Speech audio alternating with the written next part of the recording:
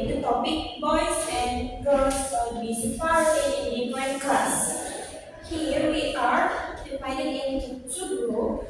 I'm Deswita as a contractive. And my name is Billy Zelani as a contracting. And I'm Padisa Maulida as a pro team. My name is Zahrana Fatima, me pro team. I would like to begin this debate by stating that separating male and female students into different classrooms will improve learning effectiveness and study focus. According to research conducted by the National Association for Singles and Public Education (NASSPA) in the United States, schools gender separated classrooms saw an increase in academic performance by 10% to 15% compared to co-educational school. This proved that gender-segregated classroom allows students to concentrate better without unnecessary distraction from the opposite gender. I understand your point, but that claim is not entirely accurate when we look at other studies. Research from the American Psychological Association actually showed that there is no significant difference in learning outcome between co-educational and single-sex school if teaching method and the learning environment are well managed. In fact, in countries like Finland, which has the best education system in the world, students study in mixed gender environment with excellent results. However, you cannot ignore that gender segregated classroom also have positive effect on teaching tailored to student needs. A study by Cambridge University found that male and female brain development differs.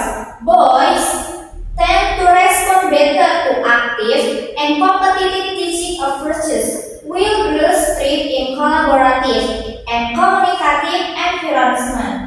With separated classroom, teacher can sustain their teaching methods to be more effective for its growth. Additionally, frustrating classroom can help prevent behavior issues such as gender-based bullying and sexual harassment, which often occur in co-educational schools. Data from UNESCO show that 13% of female students in developing countries have experienced harassment at school, most of which occur in conditional environments. Okay.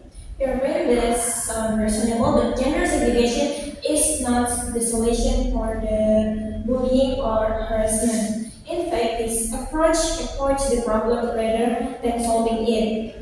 Bullying can still happen among the same gender. According to a report by the Anti-Bullying Alliance, 75% of bullying cases occur between students of the same gender.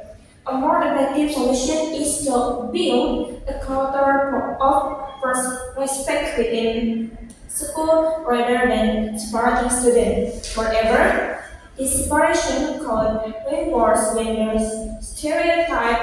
Research from Harvard University indicates that students from single-sex classrooms are more likely to adopt the mindset that males and females are different in intellectual and communication or social abilities.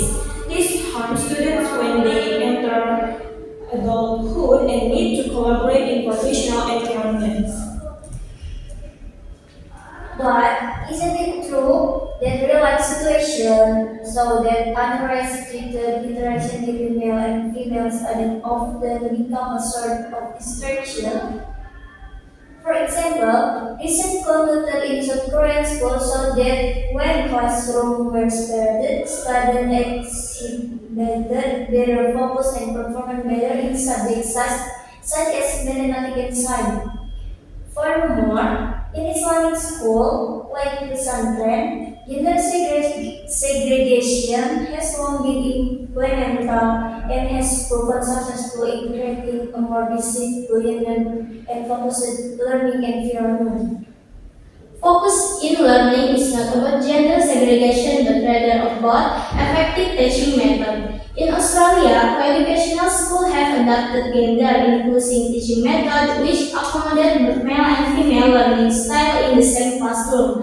The research, the school maintain high academic performance level. Furthermore, if students learn together from an early age, they will be better prepared to face the real world and social life where interaction with different gender cannot be avoided. However, in some Middle Eastern and Asian countries, schools with gender segregation have bigger achievement levels compared to conventional schools. For example, a report from the Saudi Ministry of Education stated that female students in single-gender classrooms achieved 20% higher graduation rates compared to those in publication schools.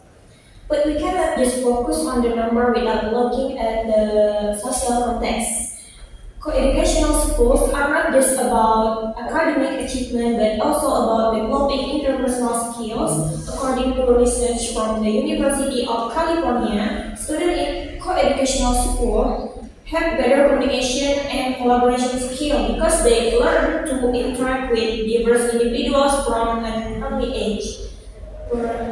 Furthermore, data from the World Economic Forums show that gender segregation in education contributes to gender gap in professional fields. If students are separated from an early age, how will they collaborate effectively as adults? I think we can agree that the goal of education is to create the best learning environment for students. We believe that spreading classroom is the most practical way to optimize learning focus, improve tailored teaching method, and prevent social issues that may disrupt student education. And we believe that education must be inclusive and foster the life skill. Supporting students will only reinforce social gaps, gender stereotypes, and fail to address the real problem of education. The best solution is to improve teaching system and create an environment of mutual respect in school. For the conclusion is the debate on whether male and female students should be separated into different classrooms highlights significant concern and benefits from both perspectives. The Agrees team or Pro team emphasize that gender segregated classrooms can enhance academic performance, allow for tailored teaching methods, and reduce distraction or social issues such as harassment and bullying. They provide strong evidence that such a system has successes in specific cultural and educational contexts. On the other hand, the disagrees team or control team argue that co-educational classrooms foster essential life skills such as communication, collaboration, and mutual respect, which are crucial for success in adulthood.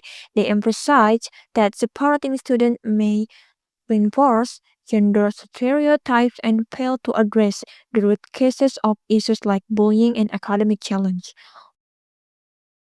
Both teams agree that the ultimate goal of education is to create an environment where all students can thrive academically and socially. Therefore, a balanced approach can be considered rather than strict gender separation. Schools can implement gender sensitive teaching methods and promote a culture of respect and inclusion by combining the focus oriented strategies highlighted by the Agrees team or Pro team with the collaborative benefits of co-education from the Disagree team or Contra team. Schools can ensure that students receive the best possible education while developing essential skills for the future. That's all from us. Thank you for watching. Wassalamualaikum warahmatullahi wabarakatuh.